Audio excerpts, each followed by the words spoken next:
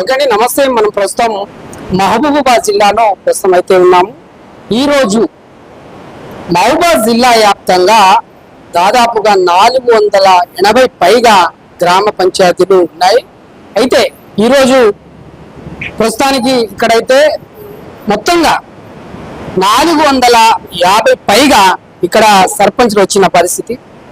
మరి సర్పంచులు అందరూ ఒక సంఘంగా ఏర్పడ్డగా కనిపించింది. అందరూ ఒక వేదికగా రావడానికి ప్రధాన కారణం ఏంది, ప్రధాన ఉద్దేశం ఏందో మనతో పాటు తెలంగాణ గ్రామ పంచాయతీ సంబంధించిన మాజీ అధ్యక్షులు, ఉమ్మడి ఆంధ్రప్రదేశ్ సంబంధించిన నాయకులు మనతో ఉన్నారు. సత్యనారాయణ రెడ్డి గారు, సార్ అసలు ప్రధాన ఉద్దేశం ఏంటి? ఈరోజు రాష్ట్ర వ్యాప్తంగా కొత్తగా చాలా రోజుల తర్వాత ఎన్నికలు జరిగినాయి. ఎన్నికలు జరిగిన తర్వాత దాదాపుగా 6 నెలలు గడిచిపోయింది. వారికి ఉన్నటువంటి సమస్యలను ప్రభుత్వం దృష్టికి తీసుకెళ్లాలనే ఉద్దేశంతో రాష్ట్ర వ్యాప్తంగా ఉన్నటువంటి అన్ని జిల్లాల్లో సర్పంచుల యొక్క చైతన్య సదస్సు నిర్వహించడం జరుగుతుంది. అందులో భాగంగానే ఈ రోజు మహబూబాబాద్ జిల్లాకు రావడం జరిగింది. ప్రధానమైనటువంటి అంశం ఈరోజు రాష్ట్ర ప్రభుత్వం మీద ఏదైనా బడ్జెట్తో కూడుకున్నది కానీ, బడ్జెట్ ప్రత్యేకంగా పెట్టవలసింది కానీ లేకుండా ఇక్కడ ఉన్నటువంటి ప్రధానమైన సమస్య ఏంటంటే గ్రామ పంచాయతీలో ఉన్నటువంటి సర్పంచ్కు, ఉప సర్పంచ్కు జాయింట్ చెక్ పవర్ రిజర్వ్. గతంలో సర్పంచ్కు ఒక్కడికే ఉండేది. ఆ రోజుల్లో సర్పంచ్లకు ఏ రోజు కూడా ఈ వ్యవస్థలో సర్పంచ్కి చెక్ పవర్ అయిన రోజు, సర్పంచ్కి చెక్ పవర్ అయిన రోజుల్లో మా సంఘంగా ఏర్పడి మా సంఘం సర్పంచ్ల యొక్క చెక్ పవర్ను అదేవిధంగా నిధులు, విధులు, అధికారాలు సాధించుకోవడం జరిగింది. కానీ ఈరోజు రాష్ట్రాలు ఏర్పడిన తర్వాత, కొత్త రాష్ట్రం ఏర్పడిన తర్వాత ఉన్న నిధులన్నీ ఒక్కొక్కటిగా తీసుకోవడం జరిగింది. తెలంగాణ రాష్ట్రం ఏర్పడక ముందు ఉమ్మడి రాష్ట్రం ఉన్నప్పుడు రాష్ట్రంలో ఉన్నటువంటి గ్రామ పంచాయతీలకు అందరికీ గ్రామ పంచాయతీలో ఉన్నటువంటి భూమి విక్రయిస్తే క్రయ విక్రయాల ద్వారా వచ్చేటువంటి ఏదైతే స్టాంప్ డ్యూటీ ఉంటుందో ఆ స్టాంప్ డ్యూటీలో నుంచి కొద్ది భాగం గ్రామ పంచాయతీ, కొద్ది భాగం జిల్లా పరిషత్, కొద్ది భాగం మండల పరిషత్. అదేవిధంగా గ్రానైట్ క్వారీస్ కానివ్వండి, మైనింగ్ కానివ్వండి, ఇసుక కానివ్వండి, మురం కానివ్వండి, ఇవి తీసేటువంటి క్రమంలో కొద్ది భాగం ప్రభుత్వానికి చెల్లించాల్సి ఉంటుంది. అందులో కూడా కొద్ది పర్సెంటేజ్ గ్రామ పంచాయతీకి, మండల పరిషత్, జిల్లా పరిషత్కి. రాష్ట్రం ఏర్పడ్డ తర్వాత 2018లో కొత్త పంచాయతీరాజ్ చట్టం తీసుకొచ్చిన తర్వాత అప్పట్లో చాలా మంది అనుకున్నాం తెలంగాణ ఏర్పడితే మంచి జరుగుతున్న ఉద్దేశంతో అందరూ ఉద్యమం చేసి తెలంగాణ సాధించుకున్నారు. కానీ లాభం అందరికి జరిగినా అత్యధికంగా నష్టపోయినటువంటి వ్యవస్థ ఏది ఉందంటే గ్రామ పంచాయతీ వ్యవస్థ. ఎందుకంటే మా గతంలో వచ్చే సేనేజ్ కానీ, గతంలో వచ్చే మైనింగ్ సెస్ కానీ, అదేవిధంగా స్టేట్ ఫైనాన్షియల్ నిధులు కానీ అన్నింటినీ కట్ చేసేసి అప్పుడు ఉన్నటువంటి ప్రభుత్వం కొత్త పంచాయతీరాజ్ చట్టాన్ని 2018లో తీసుకొచ్చింది. ఆ 2018 చట్టాన్ని తీసుకొచ్చిందో ఆ చట్ట సవరణ చేయమంటున్నాం. ఆ చట్టాన్ని రద్దు చేసి చట్ట సవరణ చేసి గతంలో మాకు ఏ విధంగా అయితే మైనింగ్, సీనరేజీ, స్టాంప్ డ్యూటీ ఏమౌంట్ వస్తుందో అదే విధంగా వస్తే గ్రామ పంచాయతీలు బలోపేతం అయితే గ్రామస్తులకు ఇచ్చినటువంటి సౌకర్యాలు ఏవైతే ఉందో డ్రైనేజ్ కానీ, రోడ్డు కానీ, మంచినీరు కానీ, స్ట్రీట్ లైట్ కానీ ఇవన్నీ ఇచ్చేటువంటి అవకాశం ఉంటుంది. కాబట్టి ఈ రోజు అవకాశాన్ని కోల్పోయారు. కాబట్టి గౌరవ ముఖ్యమంత్రి ప్రధానంగా ఇక్కడ ఒక సర్పంచ్లందరూ ఒక విషయాన్ని ముందుకు తీసుకొచ్చారు. ఉప సర్పంచ్లకు చెక్ రద్దు చేయాలి. అదే చెప్తావు సబ్జెక్ట్ లో కంటే టైం లేదు. అదే ఇప్పుడు ఈ రోజు ఉప సర్పంచ్కి ఎందుకు రద్దు చేయమంటున్నామంటే గతంలో ఉప సర్పంచ్కి లేదు. ఈ పంచాయతీరాజ్ చట్ట సవరణ చేసినప్పుడే ఉప సర్పంచ్కి వచ్చింది. కాబట్టి ఉప సర్పంచ్కి తీసేసిన తర్వాత ఇచ్చిన తర్వాత కొద్దిగా ఏంటంటే అక్కడ నేను పెద్ద అనేటటువంటి అక్కడ చర్చలు జరగడంలో ఏదైతే అభివృద్ధి పనులు అవుతున్నాయో అభివృద్ధి పనులు కుంటుపడతా ఉన్నాయి. ఏదైతే ఈ గతంలో సాధించుకున్నటువంటి చెక్ పవర్ ని వేరే ఉప సర్పంచ్ షేర్ చేయడము సర్పంచ్లకు సొసైటీ ఇష్టం లేదు. ఒకరికే చెక్ పవర్ ఉంటే ఏదైనా అభివృద్ధి పనులు చేస్తారు. ఇమీడియట్ చెక్ పవర్ ఉంటే చెక్ ద్వారా నిధులు డ్రా చేసినటువంటి వ్యక్తులకు చెక్ తీయడం జరుగుతా ఉంది. పార్టీ ఏమైనా ఇబ్బంది పడే అవకాశం ఉందా? ఉప సర్పంచుల చెక్ పవర్ తీసేస్తే వాళ్ళు వేరే దారిని పట్టే అవకాశం ఉంటే ఏం చేస్తారు? ఒక పెద్ద అయినగా ఉప సర్పంచులకు గతంలో లేనిది వాళ్ళకి ఇచ్చిన తర్వాత రాజ్యాంగబద్ధంగా ఏదైనా ఉంటే సర్పంచ్కే ఉండాలి. వాళ్ళు ఒకవేళ చేస్తే ఎక్కడ కూడా ఉప సర్పంచ్కి చట్టంలో గాని రాజ్యాంగంలో గాని ఎక్కడ ఉప సర్పంచ్కి చెక్ పవర్ ఇవ్వాలని ఎక్కడ లేదు. ఈ మధ్యన వచ్చినప్పుడు తెలంగాణ రాష్ట్రం ఏర్పడ్డ తర్వాత వచ్చినటువంటి ప్రభుత్వం ఉప సర్పంచ్కి నిధులు కేటాయించి వాళ్ళకు కూడా చెక్ పవర్ అనే ఉద్దేశంతో అందులో పొందుపరచడం జరిగింది. ఈ రోజు కొత్త పంచాయతీ చట్టాన్ని సవరణ చేస్తా అని చెప్పి గౌరవ ముఖ్యమంత్రి గారు చట్ట సవరణ చేస్తామంటుండ్రు. అందులో ఈ చట్ట సవరణలో ఉప సర్పంచ్ చెక్ పవర్ తీసేసే విధంగా నిర్ణయం తీసుకోవాలని రాష్ట్ర ప్రభుత్వాన్ని కోరుతా ఉంది. ప్రధాన డిమాండ్స్ అని కొన్ని చెప్పారు. ఒక 5 డిమాండ్లుగా జిల్లా కన్వీనర్ సంబంధించిన కమలాకర్ తీసుకొచ్చారు. కొన్ని అంశాల మీద ఆ విషయాన్ని ఒక 5 అంశాలు అనే కాదు, 5 అంశాలు తాత్కాలికమైన చెక్ పవర్ ఒకటి, అదే విధంగా గౌరవ వేతనం ఒకటి, కలెక్టర్ గౌరవ వేతనం ఒకటి, కలెక్టర్ గౌరవం ఒకటి, వీటన్నిటి తాత్కాలికమైనటువంటి డిమాండ్లు.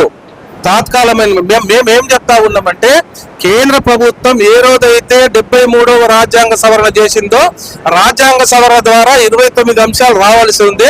ఆ 29 అంశాలను పూర్తి స్థాయిలో బదలాయించాలని కేంద్ర ప్రభుత్వాన్ని డిమాండ్ చేస్తా ఉన్నాము. Thank you sir.